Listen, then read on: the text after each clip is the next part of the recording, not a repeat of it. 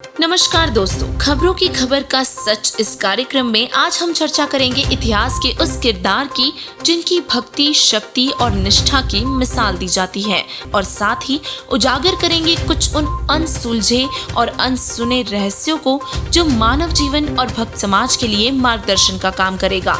तो चलिए शुरुआत करते हैं। दोस्तों, संकट मोचन के नाम से प्रसिद्ध हनुमान जी को कौन नहीं जानता। पवन पुत्र हनुमान जी श्री रामचंद्र जी के परम भक्त थे, पर आपको ये जानकर अचरज होगा कि हनुमान जी ने अपने मोक्ष के लिए दशरथ पुत्र श्री रामचंद्र जी की पूजा भी त्याग दी थी। जी हाँ, यह सच भक्त समाज के लिए काफी आश्चर्यजनक है। लेकिन क्या आप जानते हैं कि उन्होंने ऐसा क्यों और कब किया? अब तक हम यही जानते हैं कि माता सीता को रावण की कैद से छुड़वाने के लिए हनुमान जी का बहुत बड़ा योगदान रहा है। लेकिन उसके पश्चात क्या हुआ? अयोध्या त्यागने के पश्चात उनका जीवन किस प्रकार का था? उनके जीवन के इस रहस्य से पर्दा उठाने के लिए यह खास कार्यक्रम केवल आपके लिए। सबसे पहले हम बात करते हैं हनुमान जी के जन्म की।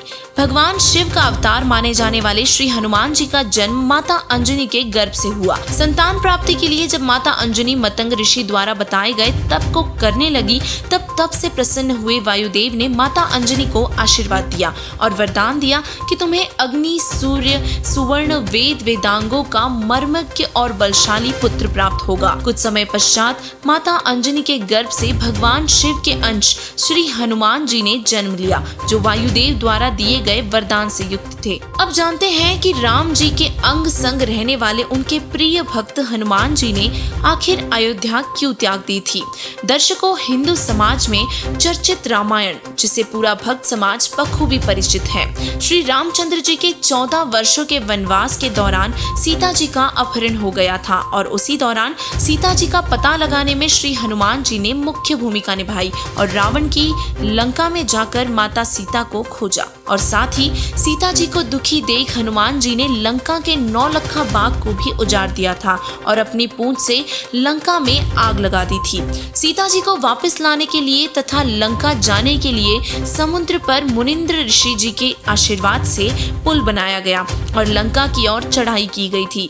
राम और रावण का युद्ध हुआ और रावण की हार हुई और माता सीता को अयोध्या लाया गया। तो आइए अब जानते हैं कि सीता जी ने क्यों कहे थे भक्त हनुमान जी को अपशब्द। रावण की कैद से छुड़वाने के बाद सीता जी ने राम जी के कहने पर अग्नि परीक्षा दी और सफल होने के बाद राम जी के साथ अयोध्या लौटी। उसके बाद खुश होकर एक दिन माता सीता ने उपहार स्वरूप मोतियों की माला हनुमान जी को भेंट में दी थी।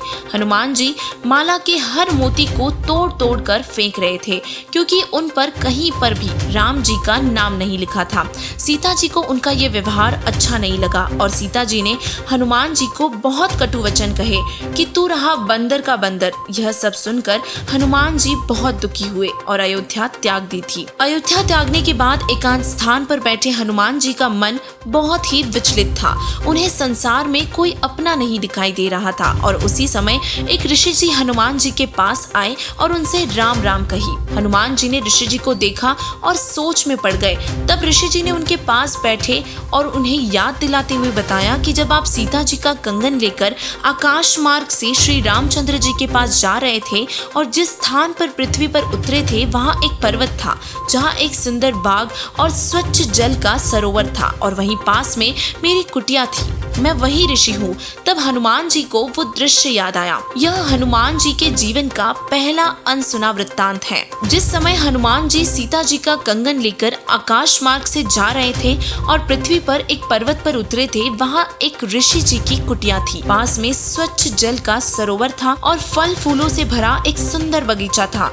हनुमान जी को भूख लगी थी। सोचा कि स्नान करने के बाद कुछ फल खाऊंगा और इसीलिए स्नान करने के लिए सरोवर में उतरे और सीता जी के कंगन को पास में एक पत्थर की शिला पर रख दिया और स्नान करते करते उस कंगन से नजर नहीं हटाई कि कहीं कोई उठा न ले जाए। वह कंगन उनके लिए बहुत जरूरी था, क्योंकि सीता जी की निशानी श्री रामचंद्र जी को भी देनी थी। इसीलिए हनुमान जी स्नान करते समय भी कंगन पर नजर रखे हुए थे। तब अचानक एक बंदर उस कंगन को उठाकर वहाँ से भाग जाता है और हनुमान जी उसके पीछे भागे। वह बंदर उस ऋषि की कुटिया में प्रवेश करता है और आंगन में रखे घड़े घड़े में कंगन डालकर वहाँ से भाग जाता है। हनुमान जी की सांस में सांस आई। हनुमान जी ने जब घड़े में देखा तो उसी कंगन जैसे बहुत सारे कंगन उसमें पहले से ही पड़े हुए थे। दुविधा में आकर कुटिया में बैठे ऋषि जी के पास गए और राम राम किया। ऋषि जी ने कहा, आओ अंजनी पुत्र, मैं आपकी ही प्रतीक्षा कर रहा था। अपनी पहचान ऋषि जी के मुखकमल से सुनकर हनुमान जी आश्चर्य में पड़ गए,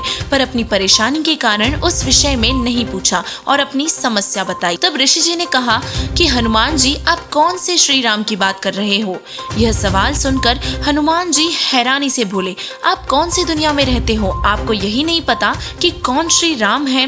क्या और भी है श्री राम? मैं राजा दशरथ के पुत्र श्री राम जी के विषय में बात कर रहा हूँ। ऋषि जी बोले, मैं भी उसी रामचंद्र की बात कर रहा हूँ। ऐसे दशरथ पुत्र राम करोड़ों उत्पन्न होकर मर चुके हैं और इसी तरह राम को वनवास होता है, सीता का अपहरण होता है और इसी तरह आप जैसे हनुमान सीता जी की खोज करके आते हैं। दर्शकों, अब आपको भी जरूर यही लग रहा होगा कि ये सब झूठ है, लेकिन यही दशा हनुमान जी की भी थी। हनुमान जी को गुस्से में देखकर ऋषि जी ने पूछा कि आप मेरे पास किस लिए आए हो? तब हनुमान जी ने सारी बात दोहराई और अपनी समस्या बताई कि आपके घड़े में बहुत सारे कंगन हैं, मैं पहचान ही नहीं पा रहा हूँ कि मेरे वाला कंगन कौन सा है। ऋषि जी ने कहा, ये सारे कंगन आप जैसे हनुमानों द्वारा ही लाए उन सीताओं के हैं जो कि पहले वाले श्री रामों के साथ महाकष्ट भोग चुकी हैं। आप कोई एक कंगन उठा ले जाइए जो वर्तमान वाली सीता के कंगन से मेल करेगा। तब हनुमान जी ने पूछा कि मान लो कि ये कंगन उन सीताओं के हैं और ऐसे ही श्री राम हुए हैं और ऐसे ही हनुमान यहाँ आए हैं, तो जो हनुमान आता होगा वो कंगन भी ले जाता होगा, फिर इस घड़े में ये कंगन कैसे? हनुमान जी ने ऋषि जी से कहा कि आप मेरी दुविधा दूर करो। ऋषि जी ने घड़े की खासियत के बारे में बताते हुए कहा कि इसमें जो भी वस्तु डाली जाती है वो एक जैसी दो बन जाती है। ऋषि जी ने घड़े में एक पीतल की कटोरी डाली, डालते ही दो एक जैसी कटोरी हो गई। हनुमान जी ने दोनों कटोरी ली और जांचने लगे, दोनों एक जैसी ही थी। तब ऋषि जी ने कहा कि हनुमान जी, आप निसंकोच कंगन ले जाइए और रामचंद्र से पहचान करवाइए। तब ऋषि जी हनुमान जी से कुछ वार्तालाप करने लगे और उन्हें तत्व ज्ञान समझाने लगे।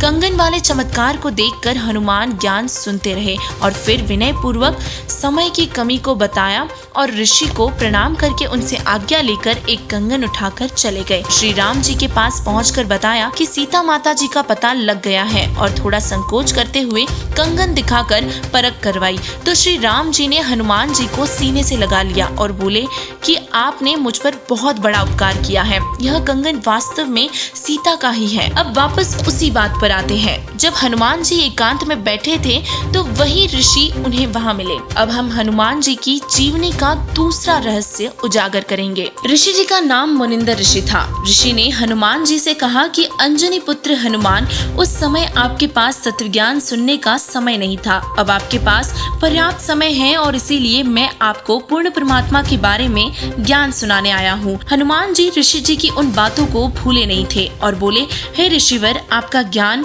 मैं रुचि से सुनूंगा। तब ऋषि जी ने हनुमान जी को सृष्टि रचना सुनाई। हनुमान जी बोले कि ऋषि जी, यह ज्ञान पहले कभी नहीं सुना, कैसे विश्वास करूं? हनुमान जी ने ऐसा कहते ही ऋषि अंतर्ध्यान हो गए। हनुमान जी ने हर दिशा में खोजा पर नहीं मिले। तब ऊपर से आकाश की ओर देखा।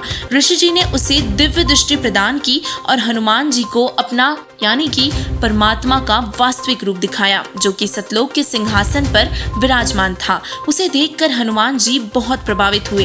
तब ऋषि थोड़ी दूरी पर फिर से प्रकट हुए और हनुमान जी उनके पास गए और उनके चरणों में सतलोक देखने की प्रार्थना की। तब मुनिंदर जी ने उन्हें सतलोक दिखाया और फिर हनुमान जी ने तत्वज्ञान स्वीकार किया और ऋषि जी से उपदेश देने की प्रार्थना की। तब महावीर हनुमान जी ने नाशवान राम की भक्ति त्याग कर अविनाशी राम की भक्ति की और मोक्ष को प्राप्त किया। ऋषि मुनिंदर जी स्वयं कबीर परमात्मा ही थे। वे अपने प्यारे भक्तों का कल्याण करने के लिए चारों युगों में प्रकट होते हैं। कबीर साहिब जी ने अपनी अमृतवाणी में बताया है कि सतयुग में सत सुकृत के टेरा, त्रेता नाम मुनिंदर मेरा, द्वापर में करुणामय कहाया और कलयुग नाम कबीर धराया। यह रहस्यमयी कथा आज तक किसी ने नहीं बताई थी। संत गरीबदास जी महाराज जी ने अपनी अमृतमयी वाणी में यह रहस्य उजागर किया है।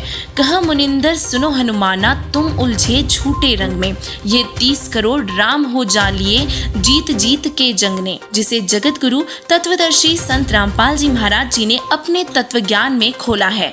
ऐसे और भी आध्यात्मिक सत्य को जानने के लिए हमारे वीडियोस को देखते रहिए।